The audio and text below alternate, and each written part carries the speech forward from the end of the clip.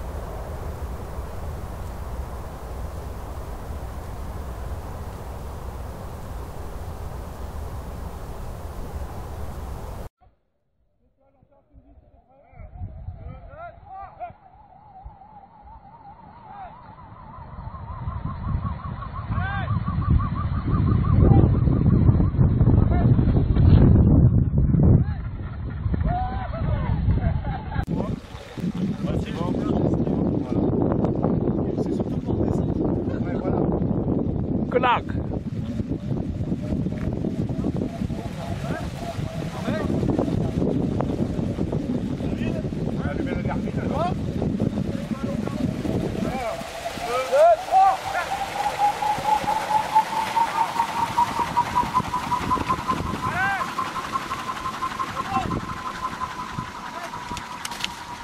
Yes!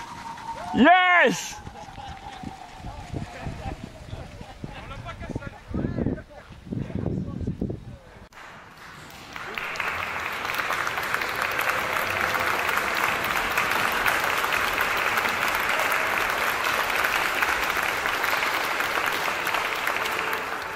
Alors, notre HPA est fait de d'éperon carbone, donc vous allez voir tout à l'heure, des lignes de vie pour le tenir en position parking. Vous avez ici la partie extrémité avec le saumon tout au bout, un saumon en carbone pour éviter d'abîmer l'aile lorsque on sera sur le sol.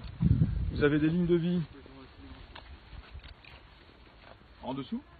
Ça, c'est ce qui tient la portance. C'est là-dessus qu'on fait nos tests de portance avant que l'avion soit homologué entre nous. Donc il tient à 120 kg. Et puis vous avez sur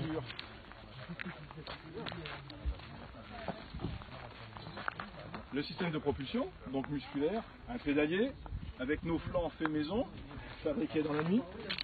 Un tendeur de chaîne, il faut que la chaîne soit tendue, le bras tendu, le bras mou, l'hélice, 3 mètres de diamètre.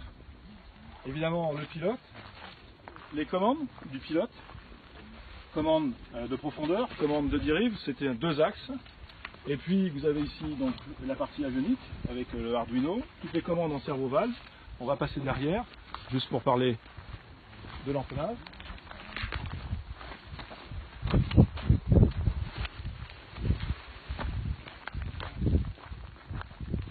Donc on a 2 axes qui utilisent la déformation, donc la flexion de l'aile, pour avoir le dièdre. Vous avez donc le plan en profondeur et le plan de dérive. Il faut bien reconnaître avec le nom, on a quelques difficultés à bien piloter, mais on apprend. Voilà. Donc on vient de faire cette vidéo juste après nos 3 secondes point 11 de vol, un vrai vol contrôlé avec un atterrissage. Merci. Nous avons décidé de ne pas poursuivre les essais en compétition. D'abord pour cette pièce mécanique qui est donc le renvoi d'angle qui s'est fragilisé lors des premiers essais. Je rappelle qu'on n'avait pas eu le temps de faire tous les essais nécessaires pour vérifier le fonctionnement complet de l'appareil. Donc c'est un premier point un petit peu délicat qui nous a un petit peu, on va dire, mis en retrait sur la poursuite des essais. Puis il y a eu des problèmes, on va dire, d'avionique. Voilà, effectivement, étant donné le climat local avec beaucoup de vent et d'humidité, en particulier le vent en rafale, dans les petits créneaux qui ont été mis à notre disposition. Et donc les commandes de vol via le plan vertical ont été sollicitées sur notre servomoteur. Et donc la fixation qui est titane plastique ici a cédé au troisième essai. Et donc nous avons à réparer cette transmission, notamment par une transmission plus solide et collée. Et donc maintenant les phases de vol décrites par Pierre. En ce qui concerne justement le vol, on n'a pas pu réaliser beaucoup de tests parce qu'il y a eu beaucoup d'aléas, beaucoup de vent et pluie. Et donc on a réalisé un seul test performant, donc de 3 secondes, 0,11. On est très content. Voilà, c'est ce qui termine un peu notre aventure en Angleterre.